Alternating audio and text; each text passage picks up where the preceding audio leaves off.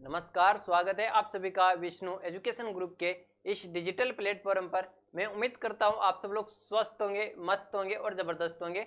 बिल्कुल 3 शब्द आपको पीछे दिखाई दे रहे हैं, समर्पण, आत्मविश्वास और इच्छा शक्ति। इन तीनों के बारे में आज के सेशन के अंदर हम चर्चा करेंगे कि आप सफलता प्राप्त करने के लिए समर्पण किस प्रकार से आवश्यक है, आत्मविश्वास किस प्रकार से होना चाहिए, इच्छा शक्ति किस प्रकार से होनी चाहिए। अब सबसे पहले अपन बात करें समर्पण के बारे में। यदि आप कोई भी लाइब्रेरी के अंदर बैठकर पढ़ाई कर रहे हो, कोई सी बुक से पढ़ाई कर रहे हो, कोई टीचर के द्वारा पढ़ाई कर रहे हो, तो उनके प्रति आपका समर्पण होना बहुत जरूरी है। अब समर्पण किस प्रकार से होना चाहिए बात करूं मैं। आप लाइब्रेरी के अंदर बैठकर पढ़ाई कर रहे हो, वहां पर लगभग 100 विद्यार्थी होते हैं प्रत्येक लाइब्रेरी के अंदर।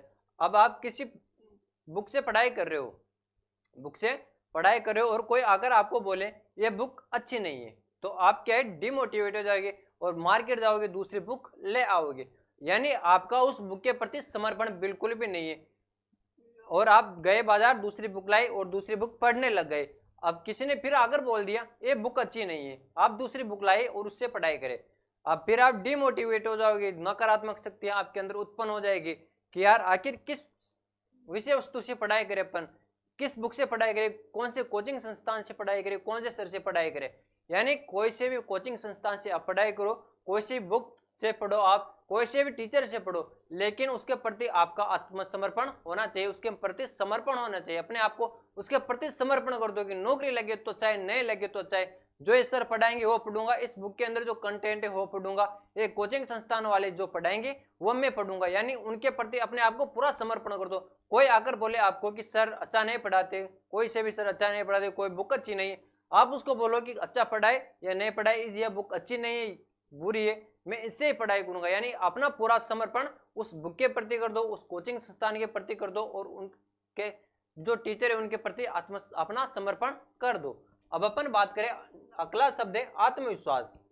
बिल्कुल जिसका भी जो डाउट है उसके बाद में चर्चा करेंगे। आत्मविश्वास है ना। अब आत्मविश्वास किस प्रकार से होना चाहिए, शब्द लिखा हुआ है आत्मविश्वास। अब आत्मविश्वास के बारे में बात करें, आपको आत्मविश्वास होना चाहिए, अपने आप को विश्वास होना चाहिए कि हाँ मैं नौकरी लग सकता हूँ, मैं सेकंड ग्रेड लगूंगा, रीट लगूंगा, फर्स्ट ग्रेड के अंदर लगूंगा, स्कूल व्याख्याता के अंदर लगूंगा। बिल्कुल ये आपका आत्मविश्वास होना चाहिए कि हाँ मैं राजस्थान पुलिस के अंदर लूंगा, कोई सी भी नौकरी लगो आप, उसके प्रति आपका आत्मविश्वास होना बहुत जरूरी है। यदि आपके अंदर आत्मविश्वास नहीं है, आपका आत्मविश्वास कमजोर है, तो आपको सफलता मिलने के अंदर समस्या होगी और आप भटक जाओगे। तो यानी किसी भी पर्टिकुलर वैकेंसी ले लो, रेट ले लो, सेकंड ग्रेड, फर्स्ट ग्रेड, पटवार, कोई सी भी लो, लेकिन उसके प्रति आपका विश्वास होना चाहिए कि हाँ मैं लग सकता हूँ नौकरी, लगूंगा। विश्वास होना चाहिए आपका पूरा कि हाँ मैं नौकरी लग सकता हूँ, ये आपका विश्वास होना चाहिए। कोई बोले कि आप सेकंड ग्रेड की तैयारी मत करो, रेट की तैयारी करो, आप बोलो कि मेरे को विश्वास है मैं सेकंड ग्रेड ही लगूंगा, रेट के चक्कर में मत पड़ो, फर्स्ट ग्रेड के नहीं। आपको विश्वास है कि हाँ मैं राजस्थान पुलिस के अंदर लगूंगा, तो आप राजस्थान पुलिस की तैयारी करो, कोई तैयारी करो, लेकिन आपका होना चाहिए क्या, विश्वास। विश्वास सबसे ज्यादा इंपॉर्टेंट होता है। और अगली बात करें अपन इच्छा शक्ति के बारे में। आपकी इच्छा क्या है, सबसे पहले अपनी इच्छा के बारे में देखिए कि हाँ मेरी इच्छा क्या है। मेरी इच्छा है टीचर बनना, इच्छा है पुलिस के अंदर जाना, मेरी इच्छा है पटवारी बनना, मेरी इच्छा है आरडीसी बनना, मेरी इच्छा है। आपकी इच्छा क्या है, उसके अनुसार आप पढ़ाई करें, कोई सी भी वैकेंसी ले लो। यदि आप आशाएं बनना चाहते हो तो आप आशाएं की तैयारी करें। इच्छा इंपॉर्टेंट है। कोई सी भी बात करें अपन, कोई सी भी नौकरी के बारे में, वो आपके लिए इंपॉर्टेंट है। लगभग सरकारी नौकरी सभी इंपॉर्टेंट होती है, बिल्कुल। और इच्छा होनी चाहिए आपकी कि हाँ मैं नौकरी लग सकता हूँ। यदि आपको नौकरी लगने की इच्छा नहीं है तो आप बिल्कुल जो पढ़ोगे वो सब बेकार है। इच्छा होनी इंपॉर्टेंट है कि इच्छा होनी चाहिए। अभी 3 शब्दों के बारे में चर्चा की। अब इनके अंदर से किसी का कोई डाउट है तो पूछ सकता है, फिर आज के सेशन का हम यहाँ पर द एंड करने वाले हैं। हाँ, कोई भी कोचिंग संस्थान से पढ़ो, अपना आत्मसमर्पण होना चाहिए। कोचिंग संस्थान के द्वारा दिया गया मैटर के अलावा भी जो भी आपको जहां से कोई कुछ भी सामग्री मिले वहां से पढ़े।